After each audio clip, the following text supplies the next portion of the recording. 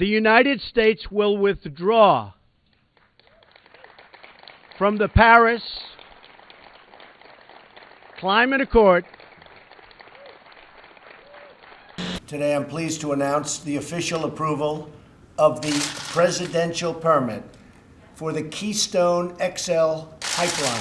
To get those mines open, oh, coal country, what they've done.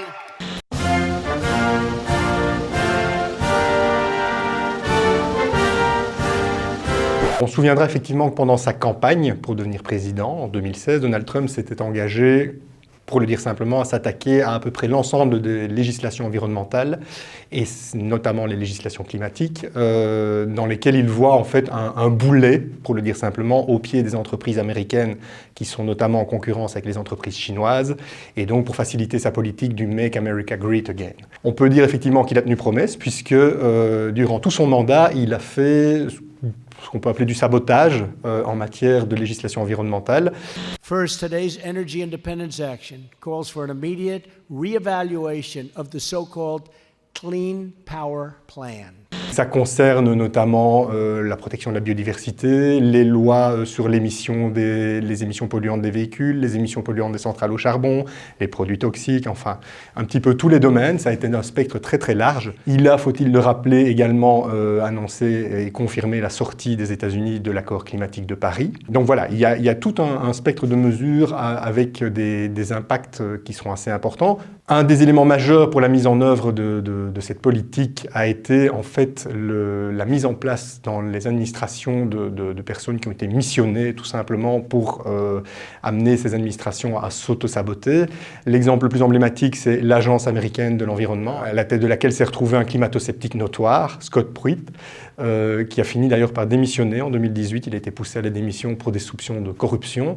Mais c'est quelqu'un, en gros, qui a amené, et ses successeurs aussi, qui a amené en fait l'administration à auto-réduire ses propres pouvoirs, ce qui est quand même assez inédit dans l'histoire des organisations. Donc ceci dit, il y a quand même eu des effets un peu paradoxaux à cette politique, à savoir qu'en s'attaquant de manière aussi frontale à l'environnement et au climat, il a créé une réaction, une contre-réaction à la fois de certains citoyens, certaines entreprises et un grand nombre d'États qui étaient engagés dans la lutte contre le réchauffement climatique et qui ont du coup accéléré et renforcé leurs mesures. Résultat des courses, on voit que les émissions américaines en réalité ont continué à baisser parce qu'il y avait des efforts qui étaient faits de manière complémentaire et accélérée par d'autres acteurs.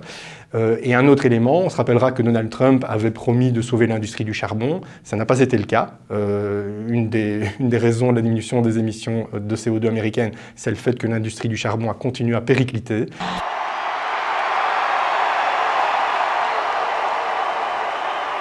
Le charbon américain n'est plus compétitif et donc cette industrie continue toujours à s'effondrer petit à petit. On produit aujourd'hui plus d'électricité renouvelable qu'avec le charbon aux États-Unis et ça risque probablement pas de s'arranger au cours des prochaines années. Un sabotage d'une telle ampleur a certainement des conséquences qui vont être durables. Ce ne sera pas forcément simple. C'est toujours plus simple évidemment de briser, de détruire que de reconstruire. Il y a certainement, et il y aura une volonté, si Donald Trump n'est pas réélu, de le faire. Mais pour cela, il faudra d'une part de nouveau renforcer les administrations, renforcer le cadre légal et réglementaire. Et si on veut que ce soit quelque chose de durable dans le long terme, il faudra pour cela que le prochain président soit élu avec une majorité suffisamment confortable au Sénat et à la Chambre des représentants pour pouvoir prendre véritablement des textes qui sont des lois gravées dans le marbre et pas comme c'était le cas notamment sous l'ère Obama. Les États-Unis, pour se remettre sur leur trajectoire climatique, vont devoir faire à la fois des efforts plus ambitieux que ce à quoi ils s'étaient engagés et compenser ce retard qui a été pris. Alors, tuer l'accord climatique de Paris, non. Il ne l'a pas tué, par contre, il l'a clairement freiné et certainement un petit peu abîmé. Pourquoi ? Parce que un des engagements de l'accord de Paris, c'était que tous les États se mettent à la base dans une démarche volontaire, donc que chacun s'engageait tous les 5 ans à produire des nouveaux engagements, donc chaque fois à aller un petit peu plus loin pour avancer dans la lutte contre le réchauffement climatique. Évidemment, en l'absence des États-Unis, un certain nombre de pays ont pu se cacher à nouveau derrière la non-action américaine. On a vu également, dans un sens peut-être un peu plus positif, la Chine devenir un peu un leader de la lutte contre le réchauffement climatique avec l'Union européenne, sachant que la Chine fait effectivement certains efforts, mais elle n'en fait pas encore assez par rapport à ce qu'il devrait être fait. Mais les Américains n'étant plus là, eh bien, il n'y a plus vraiment de moyens de pression sur Pékin pour les amener à aller un petit peu plus loin. Donc l'accord de Paris n'est pas par terre. A fortiori, si les États-Unis, si un autre président est élu et si il décide de revenir dans le jeu international, ce qui est toujours possible, les États-Unis pourront rejoindre l'accord de Paris, mais ils devront évidemment donner des gages de sérieux de leur engagement.